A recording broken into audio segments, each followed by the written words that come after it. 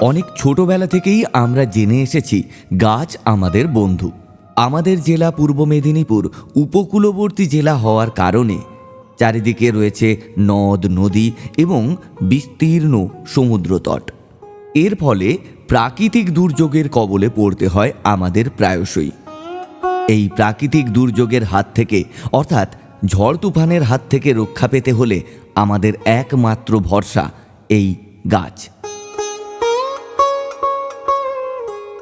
গাছ কি শুধু আমাদের ঝড় তুফানের হাত থেকে রক্ষা করে? তা কিন্তু নয়। এই গাছের কারণেই অতিবৃষ্টি আবার অনাবৃষ্টিও দেখা দেয়। তাই খরার হাত থেকে কিংবা অতিবৃষ্টির হাত থেকেও রক্ষা পাওয়ার জন্য গাছই একমাত্র আমাদের ভরসা। বর্তমানে বিশ্ব উষ্ণায়নের কারণে অতি দ্রুত গতিতে তাপমাত্রা বৃদ্ধি পাচ্ছে।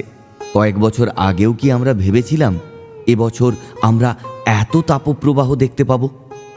গ্রিনহাউস এফেক্টের ফলে হিমশৈলের বরফ গলতে শুরু করেছে, সমুদ্রের জলের স্তর বাড়ছে দ্রুত গতিতে, আর এর ফলে ভয়ঙ্কর প্রাকৃতিক বিপর্যয়ের মুখোমুখি হতে হচ্ছে আমাদের অর্থাৎ মানব সমাজকে।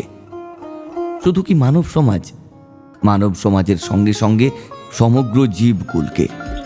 কুমির কাকড়া আর ডলফিন, কুমির কাকড়া আর ডলফিন, ফুলে ফুলে মৌমাছিরা কাটাচ্ছে দিন।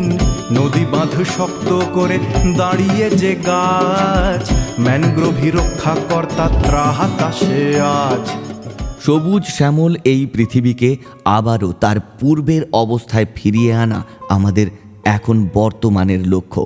এই কারণে সরকারিভাবে এবং বেসরকারিভাবে নানানভাবে উদ্যোগ গ্রহণ করা হচ্ছে বৃক্ষরোপণ এবং বৃক্ষ রক্ষণাবেক্ষণের।